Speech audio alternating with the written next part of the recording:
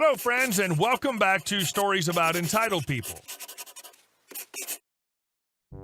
I'm glad everything worked out for those greedy people and they got what they felt they deserved, as well as some of what they actually deserved. But before we begin, best way to support our channel is to leave comments, like, and subscribe with the turned-on bell so you don't miss the new video every single day. Here we go. You really want his car? My partner, Carl, and I were friends at first, and when he lost his house due to bankruptcy, he came to live with me. He had no job, lived in poverty, on a disability pension, of which he gave his ex half, for 14 years since his wife left. In contrast, I owned my own house, had a successful business, and was pretty independent. He was very handy around the house and loved puttering, talking with the neighbors, and had a great sense of humor. He was clean and very easy to live with. We were together for 10 years. We treated each other well, but he had no rights to anything I owned and vice versa. I stayed away from his family drama as best I could. Carl had 2 adult kids, Margot, 28, and Todd, 35. The kids never visited their father, ever, and when he called them, they rarely picked up or returned his calls. If they did pick up, they brushed him off or dismissed him entirely. I felt bad for him, but what could I do? They were like that for years before I met him. They were rude and nasty people, but he loved them and couldn't understand why they didn't have time to talk to him. Carl died suddenly one evening at 58. He'd been in poor health, and finally his heart just gave out. Not 12 hours after he died, Margot called to ask if he had any life insurance. For a nanosecond, I thought that she was concerned about my finances, handling the burial, etc., but no, she told me that according to their mother's separation agreement, he was supposed to keep life insurance on himself, and she and Todd were to be the beneficiaries. I guess he never told her that once she turned 18, he'd canceled his life insurance because he was on disability and couldn't afford it. He may have tried to tell her during one of those phone calls, who knows. Later the same day, Margot called and asked if he had a will. She told me that she had already been to a lawyer. This was the day after he died, and that because she suspected Carl didn't have a will, she would be his next of kin. She'd be taking over all the burial arrangements, etc., and she was the beneficiary of all his stuff in my house, including his car, which was a used car but still newer than hers. I was pretty upset by the timing of all this and couldn't believe they could be this mean and cruel so soon after he died. He was their dad and he loved them. She then told me she'd be doing a walk through my house to be sure I didn't miss anything of his. That was where I said, "No, you won't." Margot was really pissed about my refusal to let her into the house and to take the car that same day, and conveniently forgot to tell me where they were having the funeral. She didn't put it in the paper, and she only told special people where it was. I found out later it was 3 towns away, but she did let me know repeatedly that they wanted the car and all of his stuff out of my house. I knew that when she came to take the car, she would not be back to get the rest of the stuff, which she knew was nothing of any value. I'd be left to get rid of a monumental amount of stuff at my expense. Now, dear Carl was a hoarder, and I mean that in the true sense of the word. Even if something was broken, useless, outdated, or worn out, he kept it. So he had 4 old-style TVs, 6 giant toolboxes, 8 computers, 2 dead barbecues, a 4-model drill press that he was going to fix, a bandsaw he found in the dump, 6 stereo components. None of this stuff ever worked. He was saving them for parts. Plus 198 boxes of metal parts from odd machines, trucks, cars, bulldozers, and buses that he salvaged and collected over the years. It was all in the garage, which he thought of as his man cave, 198 very heavy boxes. Guess they were packed quite full. Plus the pride of his collection, a 60-year-old 5-ton metal lathe that Noah used to construct the ark. So I parked his car at the very back of my 2-car garage, then shoved all of the boxes of stuff in front of it so that it was impossible to remove the car without taking everything out in front of it, including the metal lathe. It took 2 weeks and a lot of effort, but the garage was packed to the roof. I took a picture of the garage with the doors open. Margot and Todd soon started screaming to their lawyer that I was not cooperating in regards to the car. I responded that I needed to see a legal document that the car was in fact legally theirs, registered into their name and properly insured, in case they drove it away. I didn't want to be held liable. I also needed to have the rest of the stuff taken away. Plus, I just had my driveway paved, so they had to have proper movers come to get his stuff. not just a couple of yahoos in a pickup that would damage the new driveway. They said they would after they got the car. Their lawyer screamed that I was stalling and refusing to give up the car. He even went so far as to accuse me of selling the car.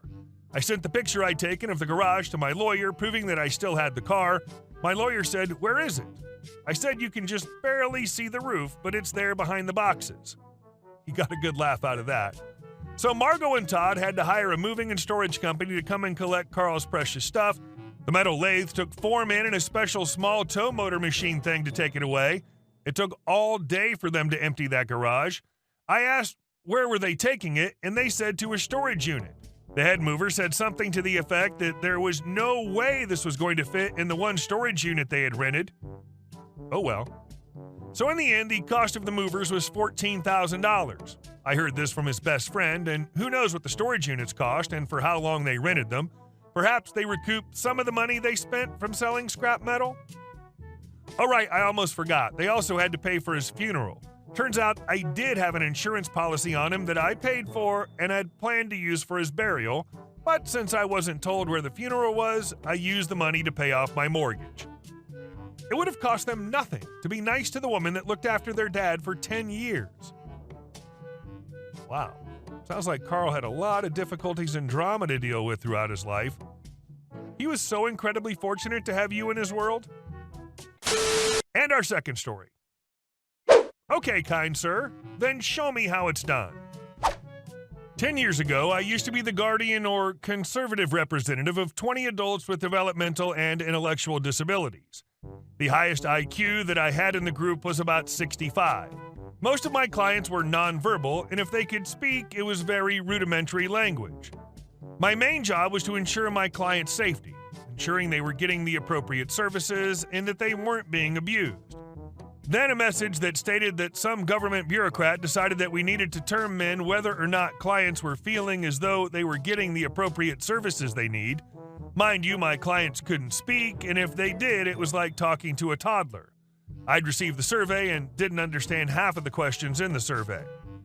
So this bureaucrat held a presentation stating why this thing was important and how it would be beneficial. I said, "There's no way that any of my clients can do this." And his response, "Oh, it's not that hard, just try to explain the questions to them." I warned my boss via text message what I was about to do. I told the bureaucrat, "Okay, if it's that easy, please come to my client's home and show me how easy it'll be to do this survey." At this point, everybody attending this meeting started snickering because they knew exactly what I was about to do, and they knew my personality. So the bureaucrat agreed to meet up with me 3 days later at my client's house, or group home, whichever you want to call it. Mind you, the client's house that I met up with this bureaucrat is completely nonverbal, had a feeding tube, was in a wheelchair, and wore diapers. The only sounds from this client were vocalizations that were more of that of a newborn infant, but after many years, you start to understand what this client wanted. I had prepared her care staff, and the care staff actually prepared popcorn because they knew exactly how this would turn out. So we waited, and the bureaucrat showed up, and the bureaucrat asked me where the client was. I indicated this lovely client here in the wheelchair who's currently drooling on their bib is who will be taking the survey. The look on the bureaucrat's face was an indicator of, oh, I effed up. I sat down in a chair along with the care staff, and we started eating popcorn, watching this man trying to figure out how to communicate with a drooling individual. After about 15 to 20 minutes, he turned and faced me and said, "This is not working." And I looked at him and said, "Did you not say it would be so easy to do this, and I should not have any issues? So please, I'm waiting for your demonstration to show me how easy it is to complete the survey." His defeat was very evident, and he kindly excused himself, and about a week later, all the surveys were taken away because majority of the clients that we worked with would have never been able to complete the survey, and they realized that this was a dumb idea and a waste of government funds. But it was so worth it seeing the defeat in this guy's face. Hopefully this lesson helps them provide better, realistic services. Granted, I'd want to crawl under a rock after this level of embarrassment. And our next story. Never click links in emails. I'm sure most of us have had some form of the email talk at work. Never click links in emails, blah, blah, blah. This, in conjunction with a few other policies and procedures, leads to an interesting chain of events every few months. One of the metrics that upper management considers the most critical is staying up to date with security and integrity training. This system sends out an email every time we need to re-up our training with a link to the training webpage. The security training, ironically, always includes a section on email security, which says to never click links in emails. IT security has seen fit to give us a handy little tool in Outlook called Fish Alarm. When we click the button, the email we have up is deleted and a report is sent to them. So every few months, the following chain of events takes place. The training email is sent out with a link. 120 phishing reports for that email are registered. IT security sends out an email the next day saying that it's all right to click the link and includes the link. 120 phishing reports for that email are registered.